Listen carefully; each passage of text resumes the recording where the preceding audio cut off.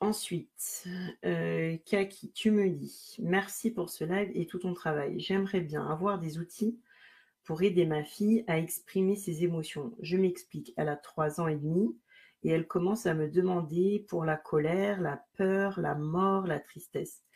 Comment parler de tout cela en toute transparence? Comment l'aborder au mieux avec des mots adaptés à ce qu'elle ressent, son âge ou par rapport à sa vision? J'ai vu qu'il existe des supports avec les couleurs associées à l'émotion. Voilà, j'ai du mal à trouver des limites sur ce qu'ils sont capables d'entendre, de ressentir. J'espère avoir été claire. Bonne soirée, à vendredi, j'espère. Alors, par rapport à ta question, euh, le grand point d'entrée, on va dire, de cette problématique, c'est qu'est-ce qu'ils sont capables d'entendre. Eh bien, j'ai envie de dire, ils ne posent pas de questions sur ce qu'ils ne sont pas capables d'entendre. Donc, forcément, ça vient d'eux, ça vient de leurs interrogations, ça vient des questionnements qui se posent. Et pour bien placer le curseur, il suffit de répondre en fait aux seules questions qu'ils posent. Et parfois, il faut que nous, en fait, fassions l'effort en tant qu'adultes d'être succincts.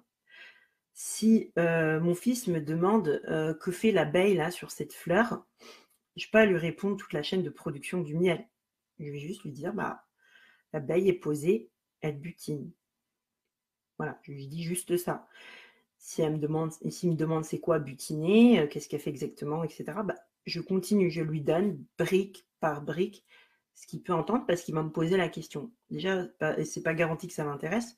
Donc, son intérêt et ce qu'il est capable d'entendre va être indiqué par son niveau de questionnement. Pour les émotions, c'est pareil, etc. Donc, je t'invite vraiment à être à l'écoute de ces questions. Chaque question, une réponse. Elle va en savoir plus, elle va creuser, elle va t'interroger plus. Et c'est vraiment en faisant cet effort de se dire, je ne vais pas faire une leçon, je ne vais pas essayer de lui enseigner quelque chose, je ne vais pas me transformer en professeur, voilà. C'est vraiment, quand on s'intéresse aux mécanismes d'apprentissage, et à ce qu'on appelle les apprentissages autonomes, autogérés. Les enfants ont une grande capacité à apprendre d'eux-mêmes beaucoup de choses. Alors bien sûr, ils vont puiser dans l'environnement, donc que ce soit dans l'observation de ce qui se passe autour d'eux, mais aussi par rapport aux questions qu'ils posent aux adultes. Donc en observant ça, on voit bien que en fait, ils ont cette capacité eux-mêmes à avoir, c'est comme la démarche du chercheur en fait, où ils vont émettre des hypothèses, se faire des idées sur ce qui peut se passer, poser des questions pour vérifier, etc. Quand on observe ça, on voit que leur capacité, en fait, elle est vraiment très développée et on n'a même pas, en fait, à intervenir là-dessus et que nous, on se positionne en tant qu'accompagnant, en tant que ressource pour l'enfant qui va poser des questions. Donc, quand on est dans cette démarche-là, en plus, l'enfant va se sentir en confiance pour nous interroger, pour nous demander les choses quand il est prêt à les entendre, etc. Et nous, les adultes, qui souvent avons été dans un système scolaire classique où il y avait un enseignant et puis les élèves en dessous, donc l'adulte sachant qui va déverser le savoir tel de l'eau versée dans un vase pour remplir le cerveau des enfants. Quand on a été éduqué comme ça, quand on a été conditionné par cette hiérarchie-là ou cette façon d'apprendre, euh, on a une tendance à vouloir faire ce que Sandra Dodd appelle l'enseignite. Non, c'est pas Sandra Dodd, c'est Naomi Aldort qui est vraiment intéressante au niveau des concepts qu'elle développe autour de l'accompagnement respectueux de l'enfant, etc. Donc Naomi Aldort parle de l'enseignite aiguë, serait cette maladie qu'on a de voir enseigner, d'expliquer, de chausser des lunettes de prof pour voilà, tout expliquer. Donc on va acheter plein de livres pour avoir des supports, pour leur expliquer des notions, etc. Moi, je ne suis pas du tout dans cette démarche. Et quand mes enfants me posent des questions, je me montre disponible le plus possible. Après, des fois, je ne suis pas disponible. En tout cas, tant qu'eux ne peuvent pas différer leurs besoins, etc. Donc, tant qu'ils ne peuvent pas le faire, j'essaie de me montrer disponible, en tout cas à leur questionnement. Et en ce moment, par exemple, ma fille a tendance à poser beaucoup la même question. Elle a 2 ans et 4 mois. Et il y a 2 jours, là, mon fils lui explique qu'il a fait un cauchemar et qu'il a rêvé d'un bourdon, que le bourdon aurait piqué sa cousine, qu'ils étaient au restaurant et que voilà, c'était très dur comme rêve pour lui.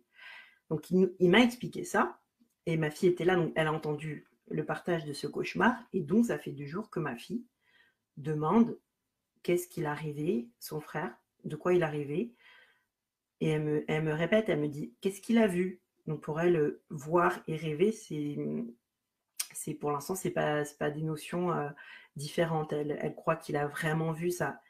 Donc elle me demande qu'est-ce qu'il a vu Victor. Alors je lui explique qu'il a rêvé d'un bourdon. Qu'est-ce qu'il a vu Victor? Il a rêvé d'un bourdon. Où est le bourdon? Alors le bourdon est à l'extérieur. Est-ce qu'il est dans le jardin? Non, il n'est pas dans le jardin. Voyons voir, on regarde ensemble, il n'est pas dans le jardin. Il est peut-être dans la forêt. Donc déjà, je lui en donne un petit peu trop. Et elle me répète les mêmes questions. Où est le bourdon? Qu'est-ce qu'il a vu, etc. Quelques jours auparavant, mon mari est avec elle dans un magasin. Ils ont acheté des chaussures et à la caisse, le monsieur lui dit: ah, elles sont très belles tes chaussures. Ça fait donc 5 jours, je crois, que ma fille répète cette question à mon mari. Qu'est-ce qu'il a dit le monsieur à la caisse? Qu'est-ce qu'il a dit? Et mon mari lui donne la même réponse. Donc en fait, elle essaye de voir, de former sa compréhension en fait. Et dès qu'elle a eu la satisfaction qu'il y a quelque chose qui, voilà, qui a fait tilt en fait dans sa tête, elle passe à une autre question. Et donc, elle revient sur le sujet, et c'était où le magasin, etc. Donc, parfois, ils vont répéter 15 fois la même question et on va devoir leur donner 15 fois la même réponse. Mais c'est parce qu'ils n'ont pas encore eu l'information, n'a pas été encore digérée. Mais une fois que c'est digéré, ils vont passer à une autre question. Et il ne faut pas hésiter à être le plus succinct possible pour être sûr qu'eux intègrent l'information. Et quand ils seront prêts, ils passeront à autre chose. Donc pour les émotions, c'est comme pour tous les sujets en fait. Les émotions, c'est une notion qui se vit aussi. Donc, pas d'enseignement à faire là-dessus. Voilà, elle posera ses questions et quand elle aura compris des choses, elle reviendra dessus, elle redemandera, etc. Après, oui, il y a toujours des ouvrages sur tous ces sujets-là, mais à voir après quel est son niveau de demande. À son âge, à 3 ans et demi, moi je pense qu'elle est vraiment dans la même démarche, c'est-à-dire qu'elle va poser une question, elle aura envie d'une réponse, et une fois qu'elle aura compris l'importance de cette réponse, elle va passer à une autre question, etc. Donc je ne te conseillerais pas de te précipiter dans des explications longues avec des ouvrages ou autres. Moi, je n'y vois vraiment aucun intérêt, si ce n'est donner trop d'informations à un enfant alors qu'il n'est pas prêt à les recevoir. Même si le livre dit que c'est adapté à l'âge, etc. Moi, j'ai aucun livre de ce type à la maison et pourtant des livres, on en a plein et on adore les livres. Mais voilà, je préfère pas être dans l'enseignement de quoi que ce soit d'ailleurs. Ils prennent les infos qu'ils ont besoin de prendre et eux seuls, je pense, savent ce qui est bon à intégrer pour eux à un instant T.